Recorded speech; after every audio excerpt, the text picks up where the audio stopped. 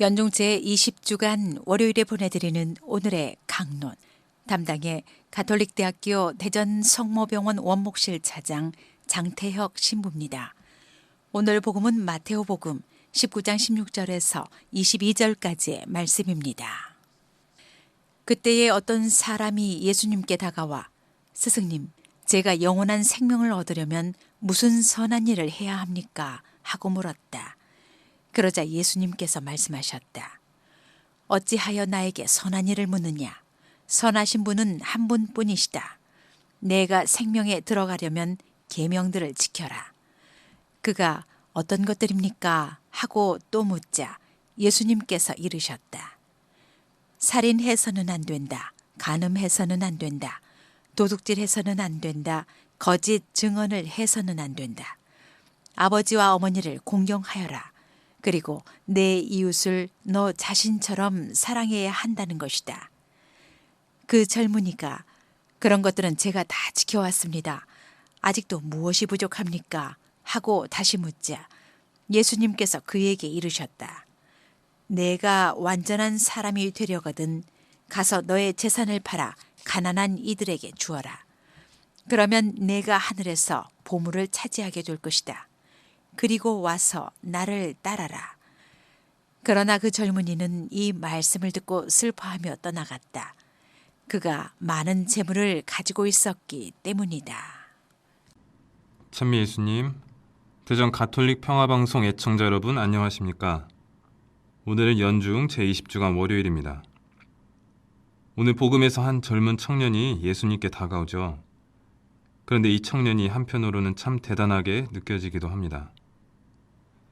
예수님께서 말씀하시는 계명들, 살인해서는 안 된다, 간음해서는 안 된다, 도둑질해서는 안 된다, 거짓 증언해서는 안 된다, 아버지 어머니를 공경하여라, 내 이웃을 너 자신처럼 사랑해야 한다. 이 계명들을 어려서부터 지켜왔다고 하죠. 이렇게 충실하게 살아온 그 모습이 참 믿음직스럽고 듬직해 보입니다.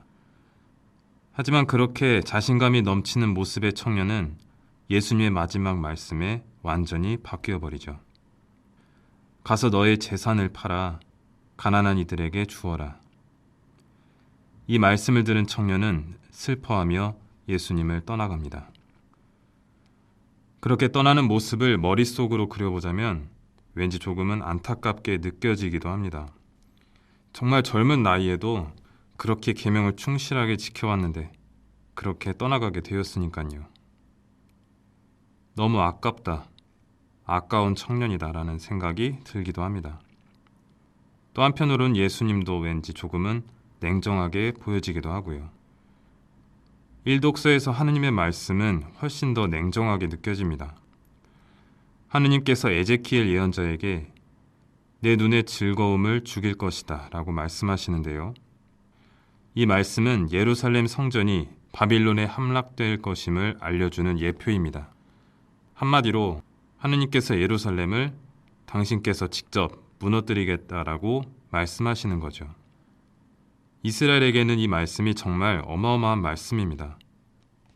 예루살렘이 함락된다는 것은 이스라엘에게 있어서 상상조차 할 수 없는 말 그대로 모든 것을, 자신들 전부를 빼앗겨버리는 일입니다. 그런 일을 하느님께서 이루시겠다는 말씀을 하신 것이죠. 이렇게 이스라엘에게 말씀하시는 하느님, 그리고 오늘 예수님의 말씀, 어떻게 받아들여야 할까요? 오늘 일독서의 이스라엘 백성들, 그리고 복음에서 예수님을 떠난 청년, 이 둘의 관심사, 다시 말해 그들이 의지하고 있었던 것이 무엇이었나를 생각해보면 이렇죠. 이스라엘은 그렇게 하느님에 의해 예루살렘이라는 큰 성전을 지을 수 있었고 거기에 하느님을 모실 수 있는 영광을 누리게 된 복된 민족입니다.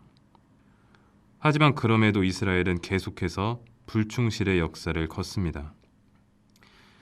하느님께 감사하며 하느님의 뜻에 따라 살아야 할 이스라엘이었지만 이스라엘은 심지어 예루살렘에서까지 계속해서 우상 숭배를 저지르죠.